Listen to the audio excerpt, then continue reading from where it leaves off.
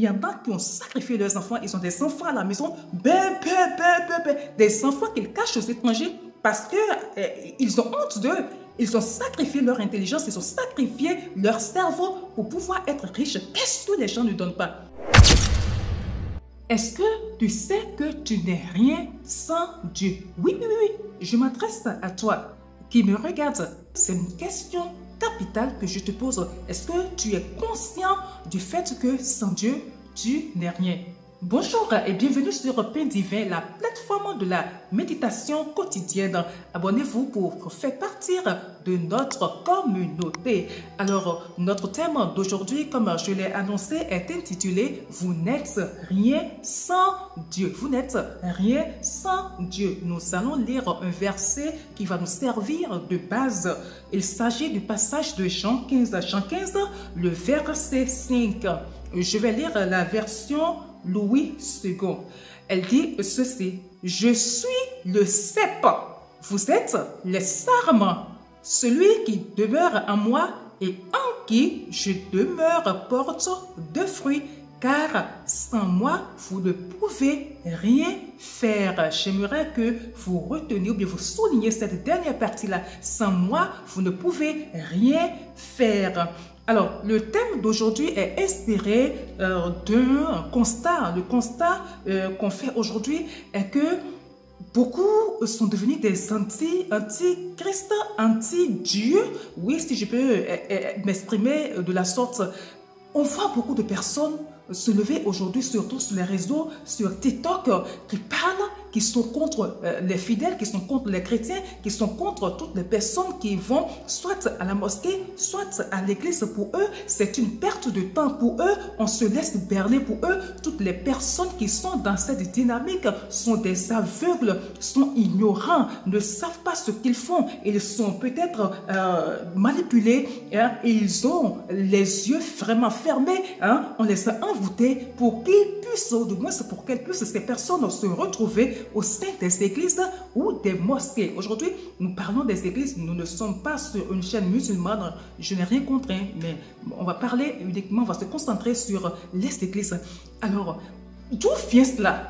Moi, je pense que c'est juste le sentiment antichrist qui est répandu dans le cœur de ces personnes-là. Satan, au travers de ces démons, arrive à posséder ces gens et à leur inspirer de telles horreurs, de telles paroles contre la personne de Dieu. Alors, entre-temps, j'ai fait un peu la philosophie en terminale, en premier en terminale, et on faisait des cours sur des philosophes qui jadis ont nié l'existence de Dieu. Il y a Nietzsche, il y a Jasper qui ont démontré de leur façon par A plus B que cette histoire de Dieu, pour eux, n'existe pas. Mais il y en a un, j'oublie son nom, est-ce que c'est Kant, je ne me rappelle plus bien, qui aussi avait nié l'existence de Dieu, mais à la fin de ses jours, lorsqu'il sentait sa mort approcher, il l'avait dit, et pourtant Dieu existe. On va constater aussi du côté de Galilée. Galilée, en son temps, avait dit, mais la terre tourne autour du soleil. Ils ont dit non, et pour ça, parce que eux, ils n'ont pas encore eu cette vérité-là, qu'est-ce qu'ils ont fait? Ils l'ont mis à mort. Et des décennies après, ils se sont rendus compte que Galilée avait raison. Il avait raison, mais le mal était déjà fait, quoi. Voilà autant de choses que nous voyons aujourd'hui. La dernière fois, je suis tombée sur un documentaire des Américains qui l'ont tourné. Ils l'ont fait sur la formation des cyclones. Et franchement, j'étais aussi ébutée devant ces choses, devant ces faits, devant ces réalités, devant les œuvres que Dieu a faites pour cette nature, pour ce monde, devant la mer, devant les montagnes, devant les chutes. Vraiment, quand tu t'arrêtes et que tu observes, tu te dis, ouais, même si tu ne crois pas en Dieu, tu sens qu'il y a une force, il y a quelque chose quand même qui dépasse les humains. Est-ce qu'on peut nier comme ça qu'il n'y a pas quelqu'un qui les a fait? Est-ce qu'on peut nier que non, ça, ce n'est pas l'œuvre de quelqu'un, même si on ne le voit pas? Franchement, et je parlais de ce documentaire. Et les gens, qu'est-ce qu'ils ont fait? Ils sont allés déposer des machines au fond de la mer pour voir un peu par leur procédé. Vous connaissez ces scientifiques-là, comment est-ce que cela arrive à se former. Et à la fin, ils ont eu des choses, mais vraiment qui dépassaient leur entendement.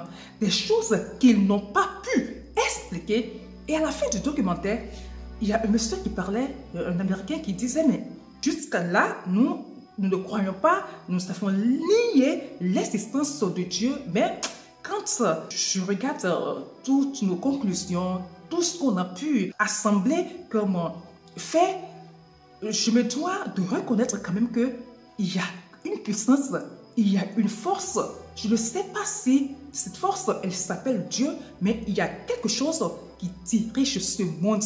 Il y a une main derrière toutes ces œuvres, derrière toutes ces choses belles, toutes ces choses qui dépassent notre entendement. Il y a quelqu'un derrière, mais maintenant je ne sais pas si c'est Dieu. C'était sa conclusion. Alors, les gens qui aujourd'hui vilipendent, ils se disent, mais on n'a pas besoin de Dieu. On dit oui, sans Dieu, vous n'êtes rien, sans Dieu, vous n'êtes rien. Mais nous, on arrive à nous en sortir sans votre Dieu. On a des maisons, qu'est-ce que vous recherchez? Vous recherchez la paix, vous recherchez le bonheur, vous recherchez un travail plaisant, vous voulez avoir une famille, vous voulez avoir des enfants. Nous, nous avons tout cela. Nous sommes multimillionnaires. Il y en a qui sont multimilliardaires. Et la plupart des temps, les milliardaires, ce sont des gens qui ne sont pas des chrétiens. Alors donc, ils donnent l'exemple de toutes ces personnes, des célébrités qui aujourd'hui ont des biens, ont de l'argent en foison pour dire que oui, ils n'ont pas eu besoin de Dieu pour avoir ces choses-là. Ça me fait rire. Vous savez, oui, ils ont pu avoir ces choses, mais de quelle façon? Dans la vie, soit tu es avec Dieu, soit tu es avec le diable. Par quel procédé ces choses ont été emmagasinées? Comment ils ont pu? Oui, il y en a qui ont travaillé, d'accord, mais derrière, c'était quoi? Ce sont des gens qui signent des pactes, ce sont des gens qui sont dans les sociétés secrètes, qui font, surtout les Américains avec leur scientologie. Ce sont des gens qui font des choses énormes qui ne viendront pas étaler à la face du monde. Ce sont des gens qui ont des pactes pas possibles avec Satan. Aujourd'hui, il ne s'en cache même plus. Il le révèle avec des signes pas possibles, des signes sur le album pour les artistes, des signes autour de leurs bras. Ils le présentent, ils le disent. Oui, il y en a même qui disent, mais moi j'appartiens à Satan. Aujourd'hui, on voit cela qui vient, qui fuse de partout, sur tous les continents. Il ne se cache plus. Alors, qu'est-ce que Satan fait? Satan est un copieur. Satan, lui, il vole, il donne. Il n'est propriétaire de rien. Il vole aux enfants de Dieu et il donne à ses fidèles, à ceux qui l'adorent, à ceux qui se sont inclinés devant lui. Lui, son procédé, c'est ceci. Il vous donne. Il vous promet des choses. Et dès que vous faites allégeance, dès que vous vous soumettez à lui, il vous donne maison, il vous donne richesse, il vous donne tous les bling-bling de ce monde. Mais après, on vous dit des fois pour les avoir, quand on écoute le témoignage de certains qui ont pu s'échapper, c'est quoi? Au départ, ce sont des appâts. On met des appâts pour les attirer. Et après, on dit, mais voilà, ce que tu as là, on sait que tu veux plus. Ou bien ce sont les intéressés même qui vont pour dire, mais on veut plus. Ils veulent plus, d'accord, mais il faut que tu sacrifies ton enfant. Il y a des gens qui perdent des enfants à la maison. C'est surtout du côté, les femmes sont dedans, surtout du côté des hommes. Et un jour, on se lève, l'enfant fait une crise, l'enfant part. La femme, elle crie, elle pleure, elle est dans tous ses états. L'homme, il est là comme ça. Lui-même, il est là, il fait semblant de pleurer, alors qu'il sait tout au fond de son cœur que c'est lui qui a sacrifié cet enfant pour la richesse.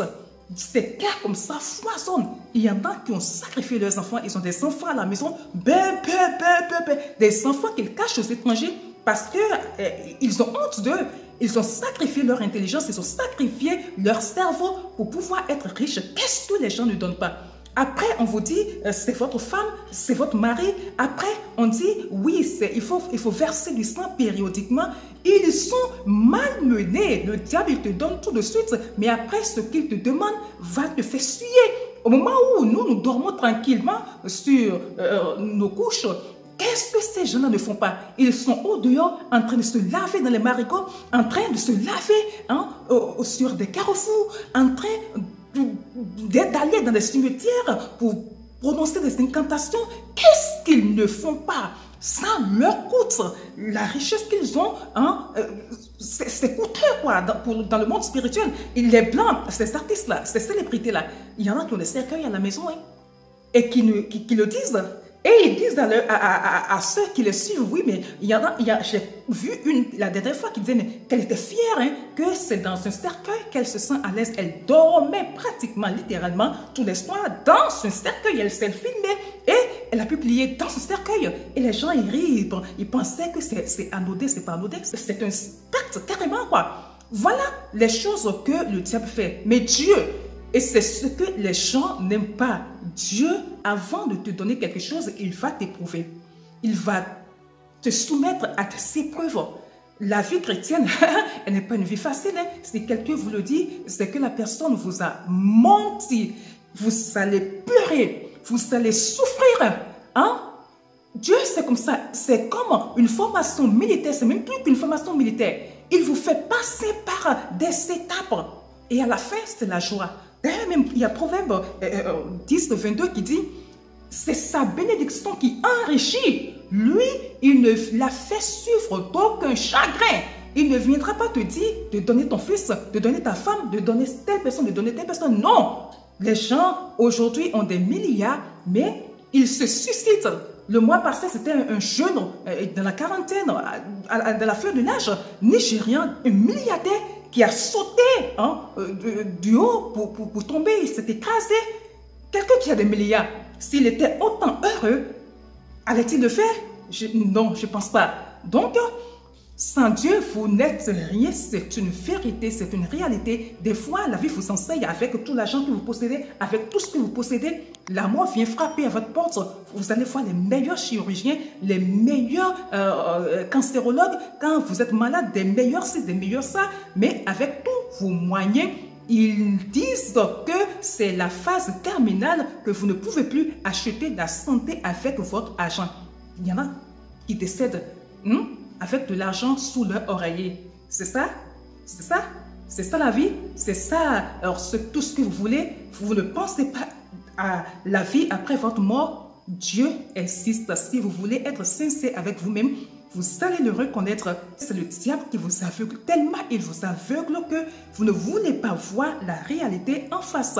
Alors, mes frères et sœurs, mes bien-aimés, sachez-le, Dieu, il existe et sans lui, vous ne pouvez rien faire. C'est en Dieu, c'est en lui qu'on porte, comme le dit le verset de ce jour, c'est en lui qu'on porte beaucoup de fruits. Si vous n'êtes pas en lui, certes, vous allez porter des fruits, mais des fruits qui ne vont pas durer, des fruits qui vont vous apporter après des soucis qui vont faire que vous n'allez pas pouvoir dormir tranquillement. C'est de ça qu'il s'agit. En Dieu, en lui, il y a l'abondance et c'est avec lui que nous faisons des exploits. Retenez bien cela. Allez, on va s'arrêter ici et on va se dire à demain par la grâce de Dieu pour notre thème. D'ici là, que Dieu nous garde. Shalom!